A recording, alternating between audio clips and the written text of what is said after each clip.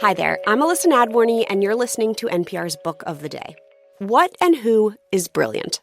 That's one of the central questions in the book, The People Can Fly, a memoir in cultural history written by MIT professor and author Joshua Bennett.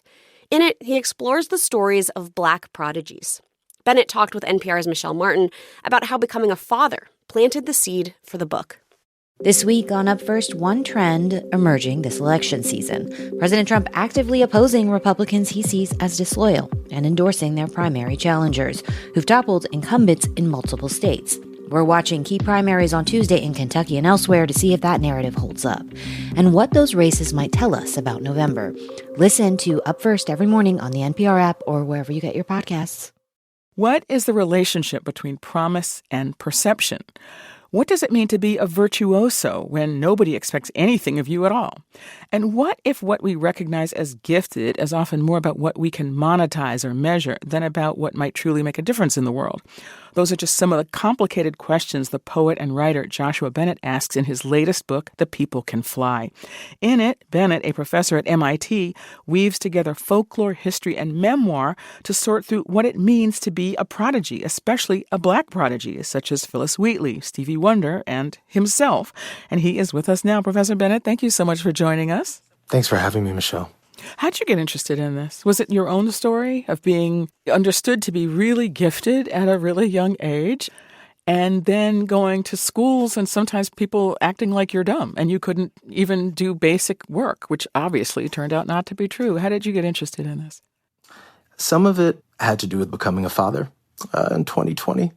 I felt like I needed a radically different vision of education for my son than the one I'd had for myself. So from the time I was very young, my mother instilled this idea in me that when I went to school, I was always on the defensive end of things, right? That school was sort of an elaborate labyrinth, and I had to navigate teachers' perceptions of me. There was also this idea that I was representative of the race in a certain way.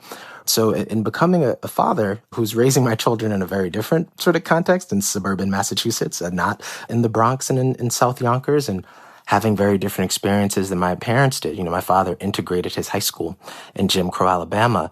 I just started to think, what's the full breadth of what I've inherited around this idea of what it means to pursue an education? And that's really what inspired it. You write that a prodigy is not only an outlier. They shift the bar of our collective expectation.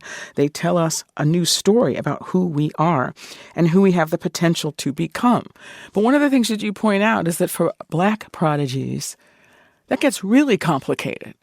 Yeah, I mean, part of what's complicated is that there's this entire discourse set up around the idea that Black people had no interior life. This begins long before the 20th century, which is no small part of the reason that I include not only prodigies like Phyllis Wheatley, but also enslaved prodigies like Thomas Fuller, who was a kind of calculating prodigy.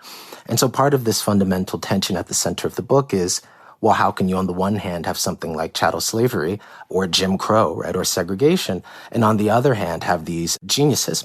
How can you hold together the idea both that Phyllis Wheatley can be enslaved and that she publishes this gorgeous book of poetry that clarifies, actually, the vast reservoirs of intellect and imagination that she holds within herself?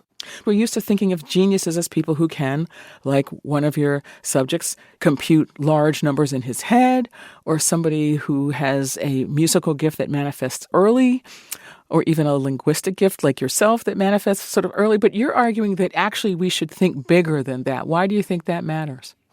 I just worry that we're now in a cultural moment where our sense of what it is to be brilliant is ever narrowing, and that we're failing to make room for, students who might be incredibly gifted, painters, musicians, playwrights, dancers, but nonetheless are told that that's not going to eventually get them into an elite college and on the pathway to a life where they can take care of themselves and their loved ones. But again, I'm going to push you on this because you are a person who, by any standard, met that mark. I mean, you were preaching at age 4 or 5, but you were very little.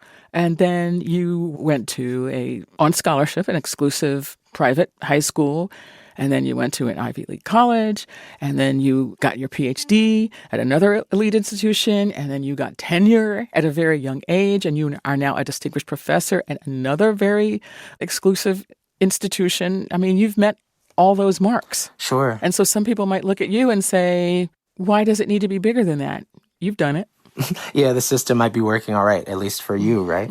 Yeah, no, I would say to that at every step along that journey, I've seen people that I loved very much fall through the cracks, but also that at every step along that journey, I almost fell through the cracks, if not for the courageous interventions of my teachers and parents and community members when I was as young as 5 years old, but also again in elementary school, again in middle and high school, again, honestly, in college and graduate school. I almost dropped out of graduate school.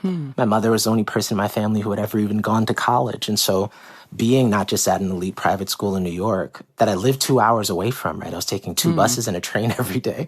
So I was very tired in addition to not really having much practice at what it meant to be part of the fabric of these institutions.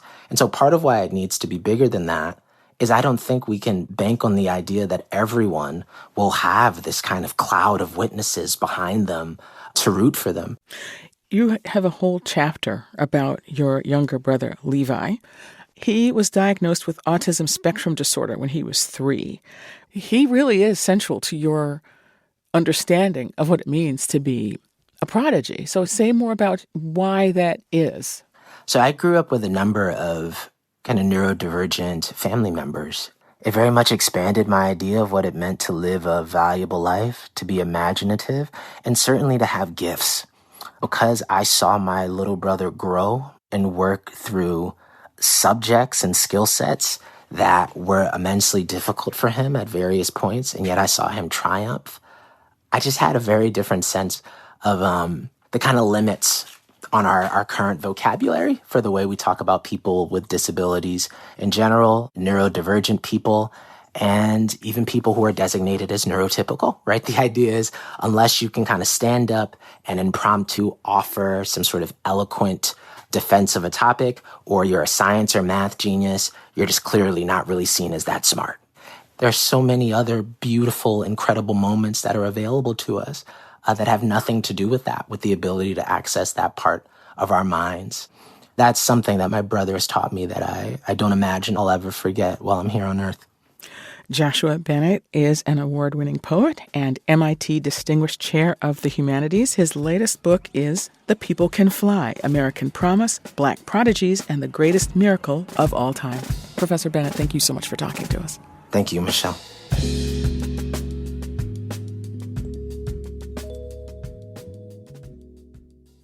For poor people in one of the world's fastest-growing megacities, development means displacement and violence. We are homeless now. Nowhere to stay. Nowhere to sleep. On The Sunday Story, the human cost of building Lagos, Nigeria into the Dubai of Africa. Listen now to The Sunday Story from the Up First podcast on the NPR app.